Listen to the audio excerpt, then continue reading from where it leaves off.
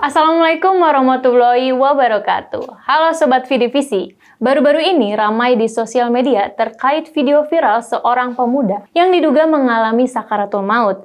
Dari video itu terlihat seorang pemuda seolah-olah tengah mengusir malaikat maut yang akan mencabut nyawanya. Tampak sangat jelas betapa sakitnya detik-detik sakaratul maut yang dialami pemuda tersebut. Lalu bagaimanakah terjadinya sakaratul maut itu sendiri?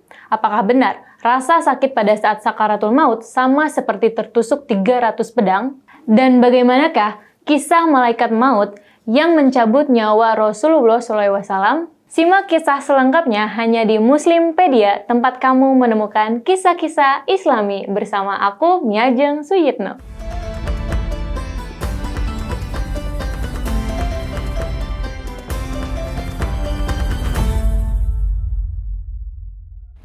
Sebelum merasakan kematian, manusia akan mengalami sakaratul maut, yakni keadaan saat roh akan berpisah dari jasad secara perlahan. Semua hal yang dirasakan selama proses tersebut tidak hanya dirasakan oleh jiwa, tapi juga oleh jasad atau kondisi biologis manusia. Adapun ayat Al-Quran yang menggambarkan dahsyatnya sakaratul maut, yaitu pada surat Al-Qiyamah ayat 26-30 yang artinya, sekali-kali jangan apabila napas seseorang telah mendesak sampai ke kerongkongan, dikatakan kepadanya, siapakah yang dapat menyembuhkannya? Dan dia yakin bahwa sesungguhnya itulah waktu perpisahan dengan dunia. Bertaut betis kiri dan kanan kepada Tuhanmu pada hari itu kamu dihalau.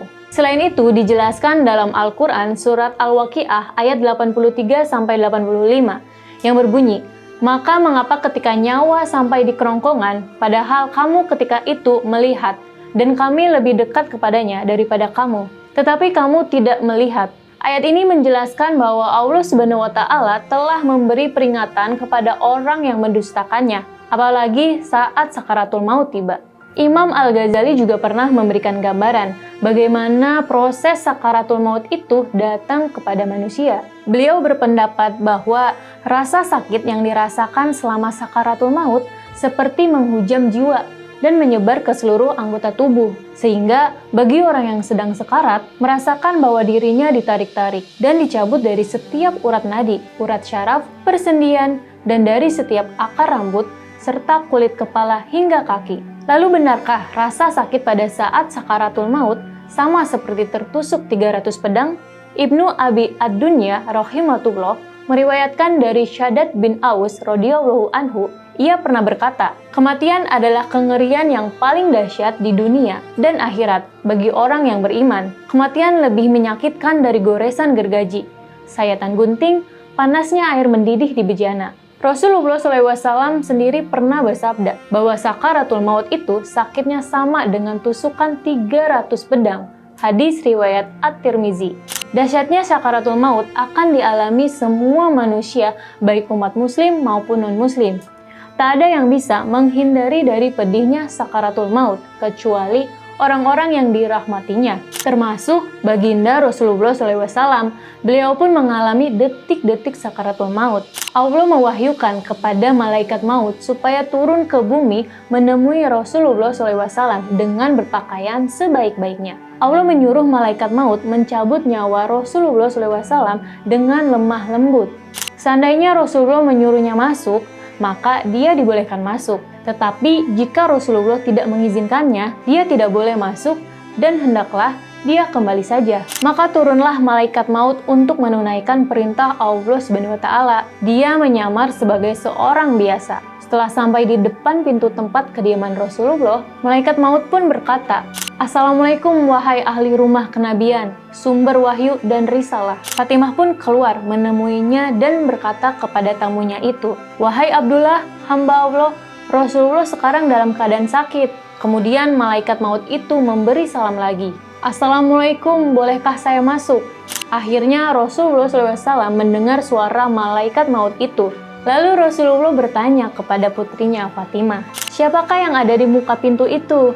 Fatimah menjawab, seorang lelaki memanggil Rasulullah. Saya katakan kepadanya bahwa Rasulullah dalam keadaan sakit. Kemudian dia memanggil sekali lagi dengan suara yang menggetarkan sukma. Rasulullah bersabda, tahukah kamu siapakah dia? Fatimah pun menjawab, "Tidak, wahai Rasulullah." Lalu Rasulullah menjelaskan, "Wahai Fatimah, dia adalah pengusir kelezatan, pemutus keinginan, pemisah jamaah, dan meramaikan kubur."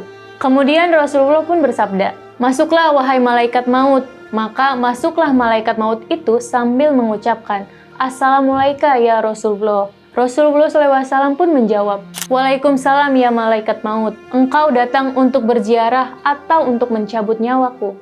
Malaikat maut pun menjawab, "Saya datang untuk berziarah sekaligus mencabut nyawa. Jika Tuhan izinkan, akan saya lakukan. Jika tidak, saya akan pulang." Rasulullah bertanya, "Wahai malaikat maut, di mana engkau tinggalkan Jibril?" Jawab malaikat maut, "Saya tinggalkan dia di langit dunia."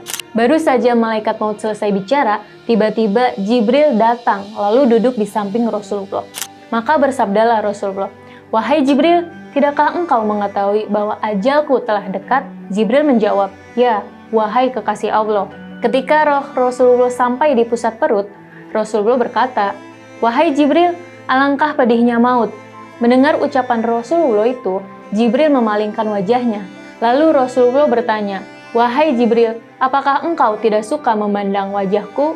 Jibril kemudian menjawab, "Wahai kekasih Allah, siapakah yang sanggup melihat muka Rasulullah, sedangkan Rasulullah sedang merasakan sakitnya maut." Kemudian malaikat maut melanjutkan tarikannya sampai ke kepala dan roh Rasulullah. Maka wafatlah manusia mulia itu pada usia 63 tahun. Wallahu a'lam bishawab. Semoga kita dapat mengambil ibrah dari peringatan ini, dan mudah-mudahan Allah berkenan melindungi kita dari pedihnya sakaratul maut. Semoga pemuda yang mengalami sakaratul maut itu meninggal dalam keadaan husnul khotimah. Sekian episode Muslimpedia kali ini, kurang lebihnya saya mohon maaf. Jangan lupa tetap saksikan Muslimpedia, tempat kamu menemukan kisah-kisah Islami. Saya Mia Jeng Suyitno, undur diri. Wassalamualaikum warahmatullahi wabarakatuh.